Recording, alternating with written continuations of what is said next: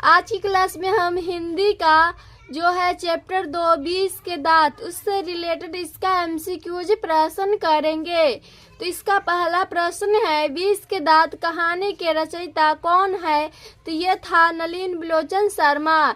नलिन बिलोचन शर्मा थे 20 के दांत कहानी के रचयिता थे नलिन बिलोचन शर्मा। तो ऑप्शन नंबर सी हो जाएगा। अब क्वेश्चन 2 है 20 के दांत कैसी कहानी है? तो 20 के दांत मनोवैज्ञानिक कहानी है। मनोवैज्ञानिक है 20 के दांत की कहानी। तो ऑप्शन नंबर इसका डी हो जाएगा। क्वेश्चन 3 है 20 के दांत समाज के किस वर्ग की मानसिकता उजागर करती है? तो ये हो जाएगा उच्च वर्ग। उच्च वर्ग है सो 20 के दांत समाज के वर्ग की मानसिकता उजागर करती है जो है वो उच्च वर्ग। ऑप्शन नंबर ए हो जाएगा। क्वेश्चन नंबर 4 है 20 के दांत पाठ की विधा है। तो ये था 20 के दांत ये था कहानी। ऑप्शन नंबर डी हो जाएगा। क्वेश्चन नंबर 5 है 20 के दांत कहानी का प्रमुख पात्र कौन है? तो ये था सेन साहब। सेन साहब थे 20 के दांत कहानी का प्रमुख पात्र। ऑप्शन नंबर ए हो जाएगा। क्वेश्चन 6 है सेन साहब की 5 लड़कियां कैसी थी? तो सेन साहब की 5 लड़कियां थी सुशील, सभ्य और सुशील थी। तो ऑप्शन नंबर डी हो जाएगा। क्वेश्चन नंबर 7 है गिरधर लाल का बेटा है। तो गिरधर लाल का बेटा है मदन। मदन था गिरधर लाल का बेटा। ऑप्शन नंबर सी हो जाएगा। क्वेश्चन नंबर 8 है गिरधर लाल सेन साहब की फैक्ट्री में क्या करता था? यहाँ पर होता करता, क्या करता था? तो ये हो जाएगा किराने का काम करता था फैक्ट्री में। गिरधर लाल सेन साहब की फैक्ट्री में किराने का काम करता था। ऑप्शन नंबर ए हो जाएगा। क्वेश्चन 9 है सेन साहब की नई मोटर कार किस रंग की थी? तो ये था काली रंग का था। ऑप्शन नंबर बी हो जाएगा। क्वेश्चन 10 है सेन साहब की नई मोटर कार कितने की थी? तो ये था 7,500 का था सेन साहब की नई motor car. Option number B हो जाएगा। क्वेश्चन 11 है सेन साहब अपने बेटे खोखा को क्या बनाना चाहते हैं? तो ये हो जाएगा ऑप्शन नंबर सी हो जाएगा बिजनेसमैन इंजीनियर। सेन साहब अपने बेटा को बिजनेसमैन इंजीनियर बनाने का दिशोपन देख रहे थे। तो ऑप्शन नंबर सी हो जाएगा।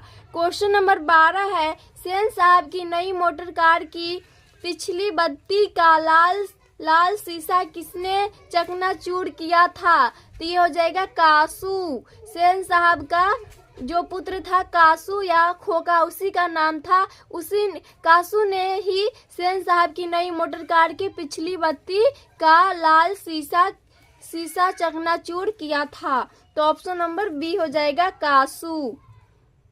क्वेश्चन नंबर 13 है सेन साहब की आंखों का तारा है। तो सेन साहब की आंखों का तारा था खोखा जो कासू था। खोखा ही सेन साहब की आंखों का तारा था। तो ऑप्शन नंबर बी हो जाएगा।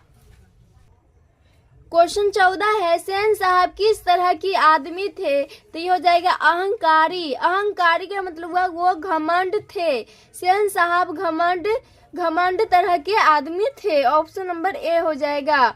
क्वेश्चन नंबर 15 है मदन किसका बेटा है? तो मदन गिरधर लाल का बेटा था। ऑप्शन नंबर बी हो जाएगा।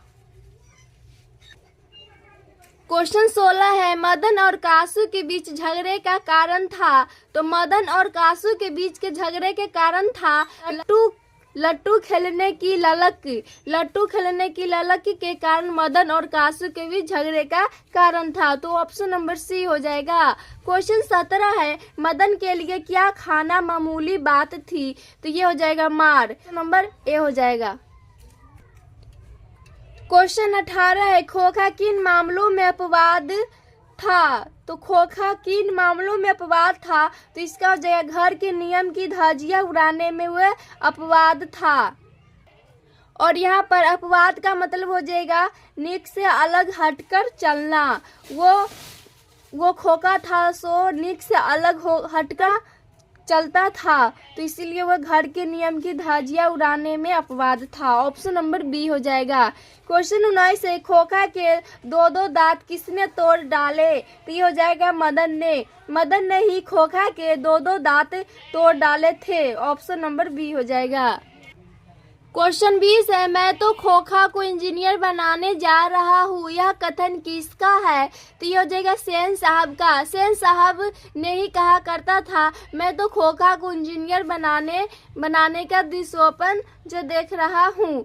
तो ये हो जाएगा सेन साहब का। ऑप्शन नंबर ए हो जाएगा। क्वेश्चन नंबर 21 है, सीमा, रजनी, आलो, सिफाली, आरती पांचों किसकी बहनें थी? तो ये हो जाएगा खोखा। खोखा की पांचों बहन थी, जो कि थी सीमा, रजनी, आलो, सिफाली, आरती। ये पांचों बहन थी खोखा का। ऑप्शन नंबर बी हो जाएगा।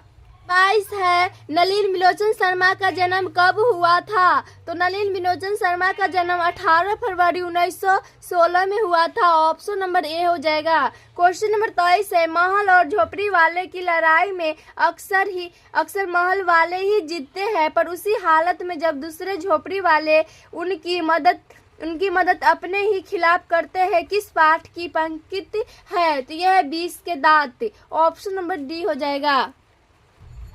क्वेश्चन 24 है, झोपड़ी और महल की लड़ाई में अक्सर कौन जीतते हैं? तो ये हो जाएगा महल वाले ही अक्सर जीतते हैं। झोपड़ी और महल की लड़ाई में अक्सर महल वाले ही जीतते हैं। ऑप्शन नंबर बी हो जाएगा। क्वेश्चन 25 है, आलोचकों के अनुसार प्रयोगवाद का वास्तविक परिणाम किनकी कविताओं से हुआ? तो ये हो जाएगा नलिन बिलोचन शर्मा से। नलिन बिलोचन शर्मा से आलोचकों के अनुसार प्रयोगवाद का वास्तविक परिणाम भी हुआ, कविताओं से हुआ नलिन बिलोचन शर्मा से। ऑप्शन नंबर बी हो जाएगा।